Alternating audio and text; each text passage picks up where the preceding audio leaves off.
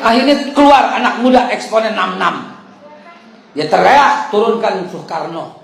Dia teriak menghilupkan Soekarno. Jadi Pak Harto presiden. Pak Harto difitnah di akhir hayatnya. Digulingkan. Oleh siapa? Anak-anak muda yang gak ngerti sejarah. Digulingkan. Orang baik, lagi jaya-jayanya Indonesia, dituduh korupsi, dituduh harta yang luar biasa, dituduh begini, begitu, begini, begitu. Cari, katanya punya duit di Swiss, sampai sekarang kagak ada. Katanya punya duit di luar negeri, sampai detik ini kagak ada. Assalamualaikum warahmatullahi wabarakatuh. Ceramah Haikal Hasan ini sebenarnya rentang waktunya sangat panjang, kurang lebih sekitar 35 menit kalau di YouTube. Saya memotong pada bagian ini karena saya sangat tertarik. Karena Haikal Hasan di depan masyarakat awam mengatakan bahwa pelaku demonstrasi 98 adalah pemuda-pemuda yang tidak tahu tentang sejarah Soeharto. Haikal Hasan tidak pernah kita jumpai membicarakan hal itu di depan media massa mainstream. Saya tahu itu, karena resistensinya pasti besar. Oleh karena itu, mari kita bedah. Siapa sebenarnya Soeharto? 2 tahun setelah Soeharto berkuasa, pada tahun 1968, Soeharto sudah memulainya dengan nepotisme. Dia menunjuk adik tirinya yang bernama Prabowo Sutejo melalui perusahaannya PT Mercu Buana, memberikan hak impor kepada perusahaan itu untuk memasuk cengkeh.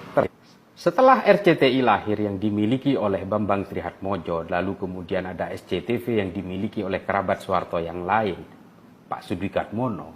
Lalu kemudian anak Soeharto yang lain juga seperti iri melihat saudara-saudaranya mendapat fasilitas kepres. Lalu kemudian Pak Harto membuat kepres yang lain, jasa penagihan pesawat televisi dari rakyat, bernama PT Mekata Maraya, yang dimiliki oleh Sigit Soeharto. Ini juga harus jangan dilupakan. Pak Hasan nggak boleh melupakan sejarah-sejarah ini. Bahwa pesawat televisi kita, sepeda ontel kita, juga ditarik pajak oleh Soeharto. Ini adalah penyedotan uang-uang rakyat miskin dari kampung-kampung itu yang ditarik ke pusat. Sama halnya dengan praktek SDSB, undian harapan, Porkas. Itu adalah berupaya untuk menarik uang-uang rakyat dari buruh tani, dari tukang becak yang disedot ke pusat melalui judi yang dilegalkan itu. Ini juga Anda harus tahu betapa jahatnya itu kepada rakyat-rakyat kita. Lalu kemudian gerakan mahasiswa 98 dituding oleh Anda tidak tahu sejarah. Karena kami merasakan, Pak. Kalau Soekarno jangan cerita, saya belum lahir. Itu hanya bisa saya jumpai di buku-buku bacaan. Saya tidak akan mendebat itu. Tapi kalau urusan Soeharto, saya adalah saksi sejarah. Dan mungkin ratusan juta rakyat lainnya juga menjadi saksinya. Setelah itu masih banyak lagi. Tahun 92 ada kepres tentang tata kelola niaga cengkeh. Cengkeh yang sudah lama dinikmati oleh masyarakat, kemudian dimonopoli oleh BPPC, yang konsorsiumnya diketuai oleh Tommy Soeharto. Di situ rakyat menjerit. Pohon-pohon cengkeh ditebang oleh rakyat. Daripada diberikan kepada VOC pantat hitam, kata orang Sulawesi. Anda harus tahu itu. Setelah itu masih ada juga kepres tentang mobil nasional. Siapa yang bermain? Tommy Soeharto dengan Timor, lalu Bambang Trihatmojo dengan Bimantara.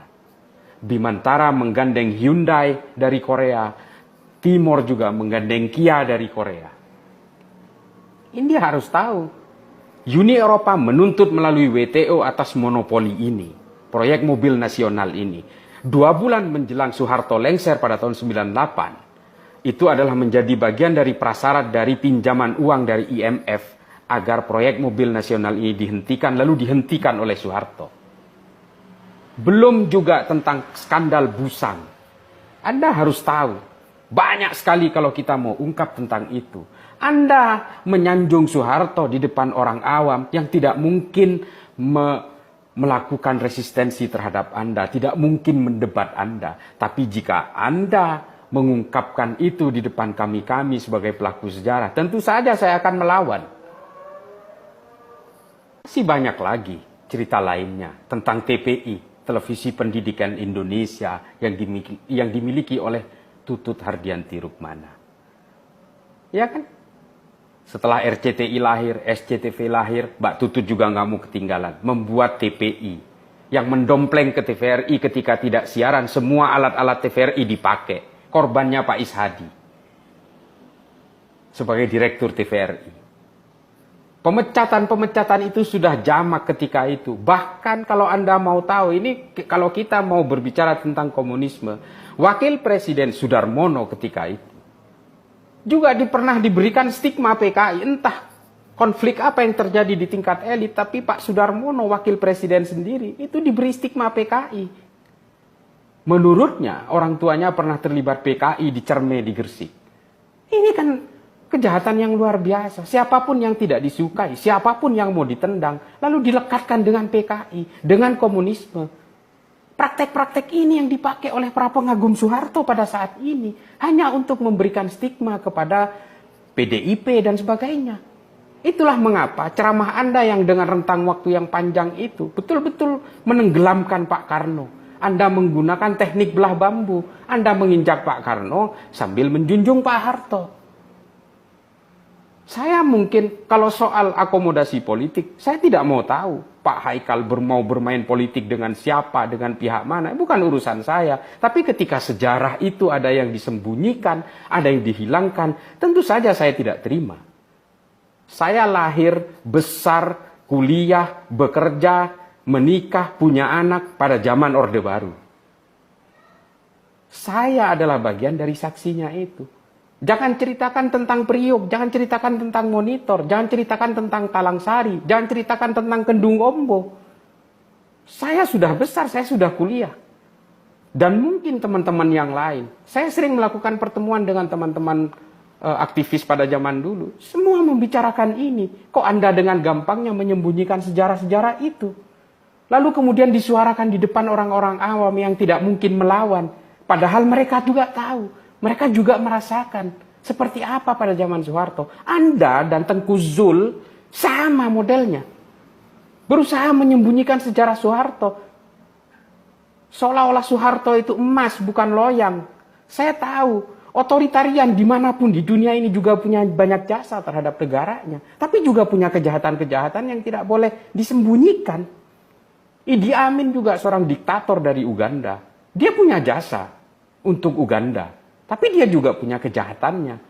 Artinya apa? Jasa-jasa itu jangan hanya itu yang dibaca, jangan hanya itu yang dimunculkan. Kejahatannya juga jangan disembunyikan.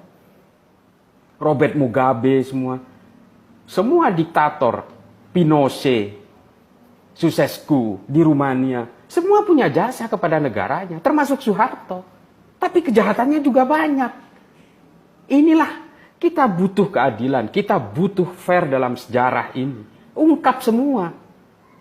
Jangan mencoba-coba untuk melakukan transaksi dengan sejarah.